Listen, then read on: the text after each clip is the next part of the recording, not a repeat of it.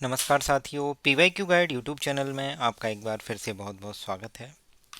हम NCERT history से start कर रहे हैं। जैसा कि अभी आप देख रहे हैं, अभी हम अवर पास्ट वन क्लास 6 की सोशल साइंस की जो एनसीईआरटी है उसके चैप्टर 1 को पढ़ेंगे।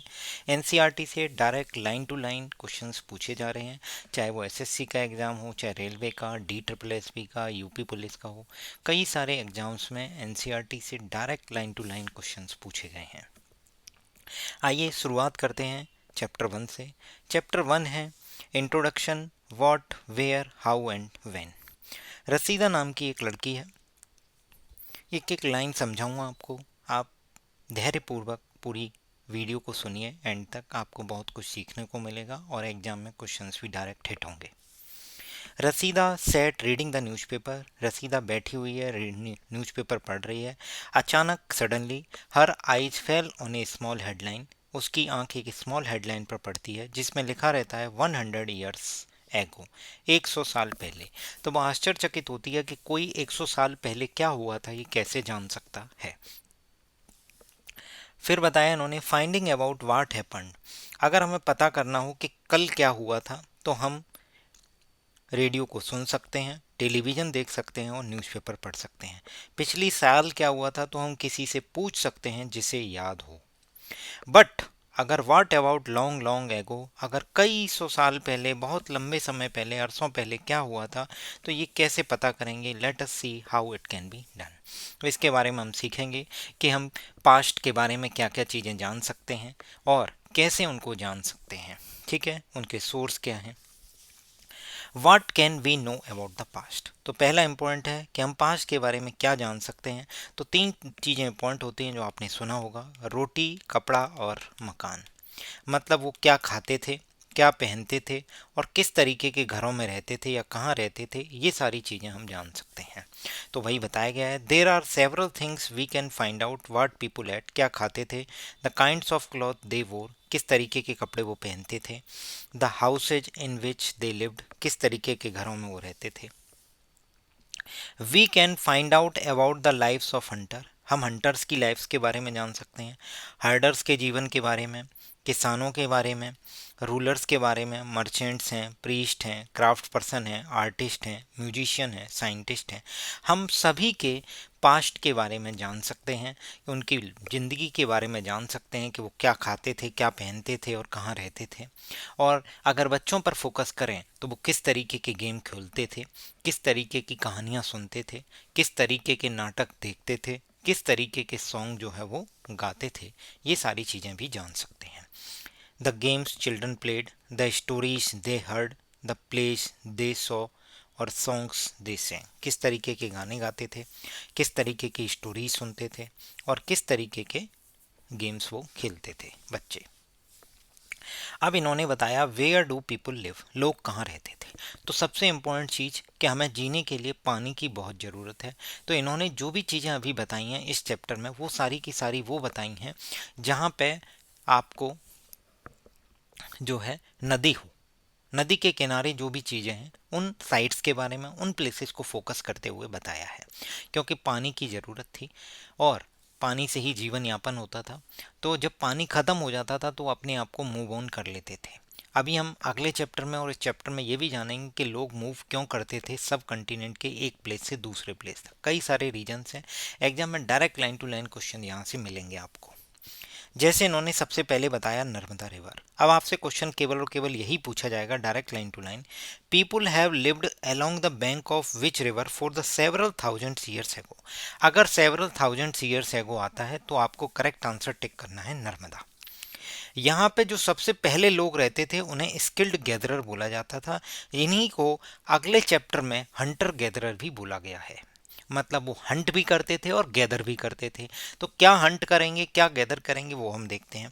स्किल्ड गैदरर क्यों बोला गया है? क्योंकि इनके अंदर स्किल थी। किस तरीके की?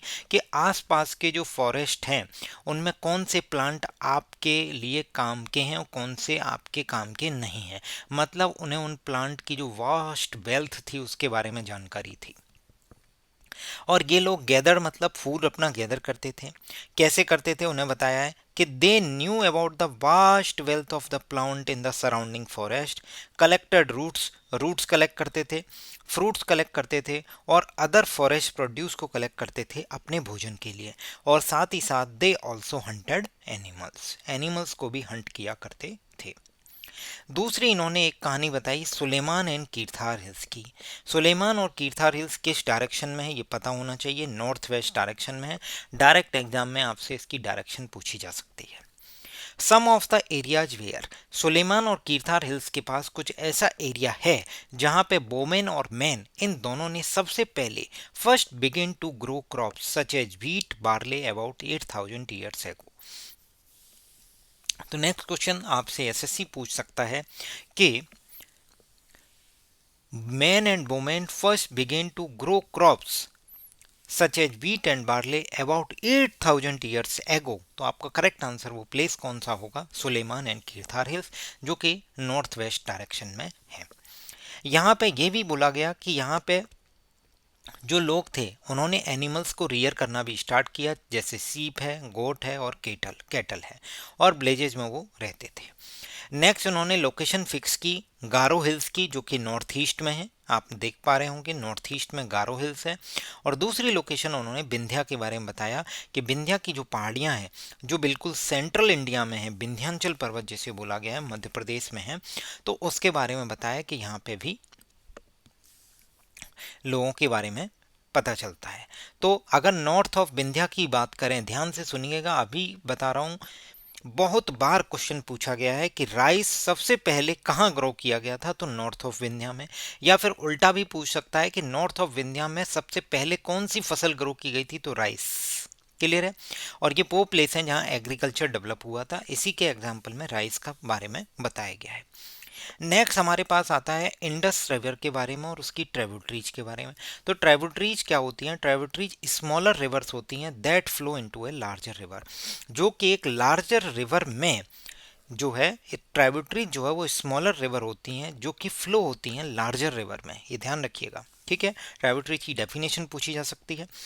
तो अगर 4700 साल पहले की बात करें, अगर एग्जाम में पूछता है 4700 years ago some of the earliest cities flourished on the bank of which river, तो करेक्ट आंसर होगा इंडस एंड इट्स ट्रिब्यूटरीज। ठीक है, बट यही सेम चीज अगर 2500 साल पहले की बात करें तो आपको ध्यान रखना है सिटीज डेवलप हुए थे गंगा और उसकी ट्रिब्यूटरीज के आसपास।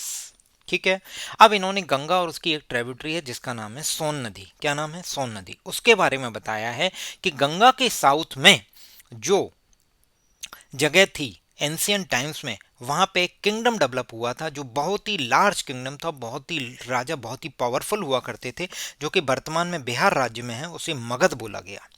और किंगडम बाकी सब कंटिनेंट के और भी एरिया में भी डेवलप हुए थे, बट फोकस यहाँ पे दिखाया गया है नदी के किनारे वाले, जैसे गंगा और सोन नदी का। ठीक है, क्लियर है, ध्यान रखना है। नेक्स्ट हमें आंसर मिलेगा why people move from one part of the subcontinent to another that time. तो इस पैराग्राफ को पढ़ते हैं। Throughout people travelled from one part of the subcontinent to another, the hills and the high mountains including the Himalaya, desert, river and sea made journey dangerous at time। अब मैं आपको थोड़ा सा समझा देता हूँ। ये सब कंटिनेंट का एक फिजिकल मैप है। तो इधर हिमालयाज हैं, इधर रिवर्स हैं। तो ये रिवर्स को पार करना, लेक्स को पार करना, डेजर्ट को पार करना, इधर थार का मरुस्थल है, तो इन डेजर्ट्स को पार करना, ये सारी चीज़ें बहुत ही इम्पॉसिबल टास्क था, बट फिर भी पॉसिबल हुआ क्योंकि जिन्हें करना था उन्होंने इसको करके दिखाया। जिन्हें माउंटेन्स को स्केल करना था, जिन्हें रिवर्स को पार करना था, समुंदर्स को पार करना था, डेजर्ट्स यानी रेगिस्तान को पार करना था। भले ही जर्नी डेंजरस रही हो, बट लोग सब कंटिनेंट के उस पार्ट से अंदर आए इंडिया में और इंडिया से उस साइड भी गए। जैसे इन्होंने बताया man and women moved in search of livelihood. इसे बताया गया कि अपने लाइवलीहुड के लिए वो लोग मूव करते थे। चैप्टर 2 जब पढ़ेंगे तब भी हम इन चीज़ों को पढ़ेंगे, तो ध्यान से सुन लीजिए, ये बार बार रिपीट होंगी। ठीक है, फिर उन्होंने बताया कि जो नेचुरल डिजास्टर हैं जैसे फ्लड है, ड्रॉट है, या इसे बोला गया कि भाई कभी बारिश हो रही है, कभी धूप हो रही है, तो इन सब से बचने के लिए भी लोग एक प्लेस से दूसरे प्लेस पर मूव कर जाते थे। जैसे मैंने बोला कि कोई नदी के किनारे रहते थे, वो नदी अगर सूख गई, मतलब दो तरीके की रिवर होती हैं, पेरिनियन लेवल और सीजनल लेवल। पेरिनियन लेवल वो रिवर है जिनमें पूरी साल पानी बहता है। सीजनल लेवल जो सीजन पे ही हरी भरी रहती है, उनमें पानी रहता है, फिर ऑल टाइम पानी नहीं रहता है। तो सीजनल लेवल के टाइम पे लोग मूव कर जाएंगे, क्योंकि उन्हें पता है ड्रॉट हो गया, कभी सरप्लस वाटर हो गया, इतना पानी बरस गया कि फ्लड हो गया। तो ऐसे केस में भी लोग नेचुरल डिजास्टर के केस में एस्केप करने के लिए, अपने आप को बचाने के लिए एक प्लेस से दूसरे प्लेस पे मूव करते थे। फिर मैं आपको बताऊं कि कभी ना कभी लोग इसलिए भी मूव कर रहे हैं कि वहां पे पानी खत्म हो गया है। पानी खत्म हो गया है तो मूव कर गए, पानी ज़्यादा हो गया तो मूव करके फ्लड हो गया तो, या फिर दूसरों की लैंड को कॉन्कर करने के लिए लोग आर्मी में मार्च करते थे और इसलिए भी मूव करते थे। साथ ही साथ अगर बात करें, अगर मर्चेंट्स की बात करें, वो कारवां के साथ ट्रेवल करते थे, मतलब झुंड में ट्रेवल करते थे या फिर शिप्स में ट्रेवल करते थे और वैल्यूएबल गुड्स को कैरी करते थे फ्रॉम प्लेस टू प्लेस, क्योंकि उन्हें तो मुनाफा कमाना था, बिजनेस करना था। और अगर रिलीजियस टीचर्स की बात करें, तो विलेज टू विलेज वो लोग वॉक करते थे, किस लिए? कि भाई वो लोग इंस्ट्रक्शंस दे सकें लोगों को धर्म से रिलेटेड, और उन लोगों को सलाह दे सकें, इसीलिए वो रुकते थे और town to town, village to village वो विजिट करते थे। और अगर कुछ लोगों की बात करें, कि कुछ लोगों का तो काम था कि भाई एडवेंचर करना है, डिस्कवर करना है नई प्लेसेज को, जैसे वास्को डिगामा ने किया था 1498 में, तो ऐसे लोग भी थे। तो ये तब इसलिए भी मूव करते, there are so many reasons जिनकी वजह से लोग एक प्लेस से दूसरी प्लेस पे मूव कर रहे हैं। ठीक है। अब अगर आज की बात करें कि लोग आज क्यों मूव करते हैं, why do people travel nowadays, तो इन्होंने बताया, look at the map one once more, hills mountain and seas are the natural frontier of the subcontinent. Already आपको दिखा चुका हूँ कि भैया माउंटेन्स भी हैं, रिवर्स भी हैं, हिल्स भी हैं, तो ये सारी चीज़ें जो हैं सब कंटिनेंट की नेचुरल फ्रंटियर बन रहे हैं। While it was difficult to cross these frontier, इन फ्रंटियर्स को क्रॉस करना बहुत ही डिफिकल्ट था, बट फिर भी दोज हु वांटेड, जो कर सकते थे, जो चाहते थे कि करना चाहते हैं, उन्होंने उन माउंटेन्स को स्केल किया, इम्पॉसिबल टास्क को पॉसिबल करके दिखाया। ठीक है। Cross the sea, people from across the frontier also came into the subcontinent, लोग सब कंटिनेंट के उस साइड से इस साइड भी आए और इस साइड से उस साइड भी, और सेटल भी हो गए। These movements of people enrich our culture tradition, बिल्कुल सही बात है। ये मैं आपको यहाँ पे भी बताऊं कि इससे क्या हुआ, शेयरिंग ऑफ द आइडियाज हुआ, लोगों के बीच में क्या हुआ, शेयरिंग ऑफ द आइडियाज। लोगों ने नए नए तरीके सीखे, जैसे नए स्टोन टूल्स बनाना सीखे, खेती करना सीखा, तो उन्होंने बताया कि लोगों का जो कल्चरल ट्रेडिशन है वो एनरिच हुआ जब लोग सब कंटिनेंट के दूसरे हिस्से से सब कंटिनेंट में आए और सब कंटिनेंट से दूसरी तरफ गए। People have shared new ways of carving stone, stones को कार्व करना सीखा, नए स्टोन टूल्स बनाना सीखा, म्यूजिक कंपोज करना सीखा, या फिर उन्होंने बताया कुकिंग, फूड कुकिंग करना सीखा ओवर सेवरल 100 ईयर्स अगो। लोग इस तरीके से मूव करते रहे और ऐसे ऐसे हमारा जो कल्चर है वो एनरिच होता रहा। अब मैं आपको बता देता हूँ, अगर सेवरल 1000 ईयर्स एगो की बात होती है तो नर्मदा रिवर का नाम आता है, जहाँ पे सबसे पहले जो है बीट और वॉरले के बारे में बताया गया था। ठीक है। सुलेमान और कीर्थार हिल्स के बारे में आता है जब 8000 साल पहले की बात हो। अगर 4700 ईयर्स एगो की बात हो तो इंडस और उसकी ट्राइब्यूटरीज आती हैं। ठीक है, उसके अलोंग सिटी डेवलप हुए थे। फिर अगर 2500 साल पहले की बात करेंगे तो गंगा और उसकी ट्राइब्यूटरी कुछ सी कोस्ट के अलोंग जो है वो सिटीज डेवलप हुए थे। जैसे इन्होंने मगध के बारे में बताया जो साउथ, गंगा के साउथ में है, वेरी इंपॉर्टेंट है ये, गंगा के साउथ वाला वर्ड, और विंध्या के नॉर्थ वाला बहुत ही इंपॉर्टेंट है। ठीक है।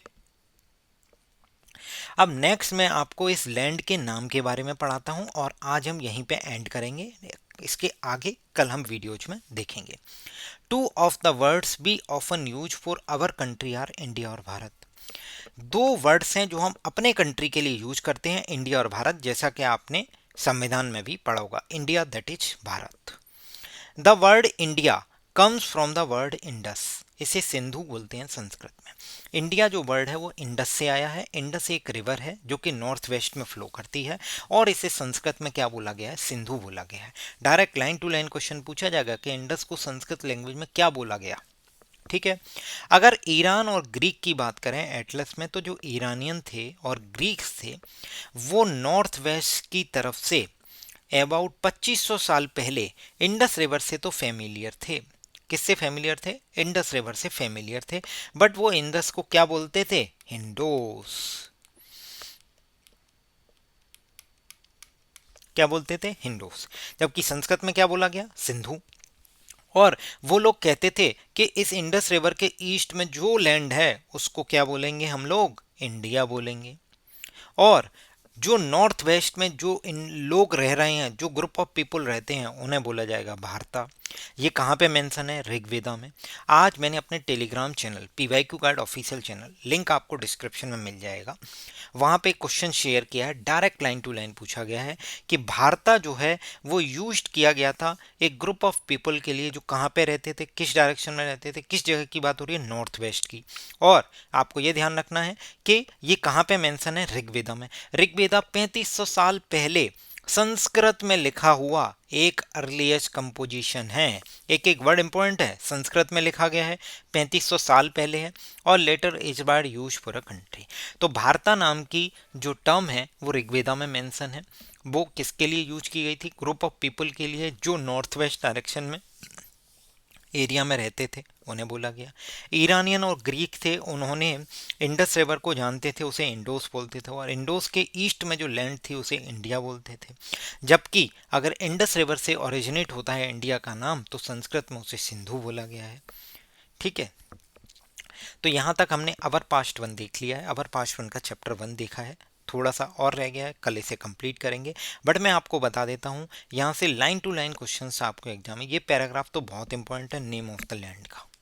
ठीक है, साथ ही साथ मैंने आपको बता दिया कि लोग क्यों मूव कर रहे हैं। सुलेमान कीर्थार हिल्स पर क्वेश्चंस कई बार आ रखा है। अब आप इसको देख लीजिए कि जो जो मैप आपने देखा था अभी, वो फिजिकल मैप ऑफ सब कंटिनेंट, वो साउथ एशिया का मैप था, जिसमें इंडिया, पाकिस्तान, बांग्लादेश, नेपाल, भूटान, श्रीलंका और भी कंट्री आते हैं। तो साउथ एशिया जो है वो एशिया जो सब कंटिनेंट, एशिया जो कंटिनेंट है उसका एक हिस्सा है, इसीलिए बोला गया है सब कंटिनेंट है।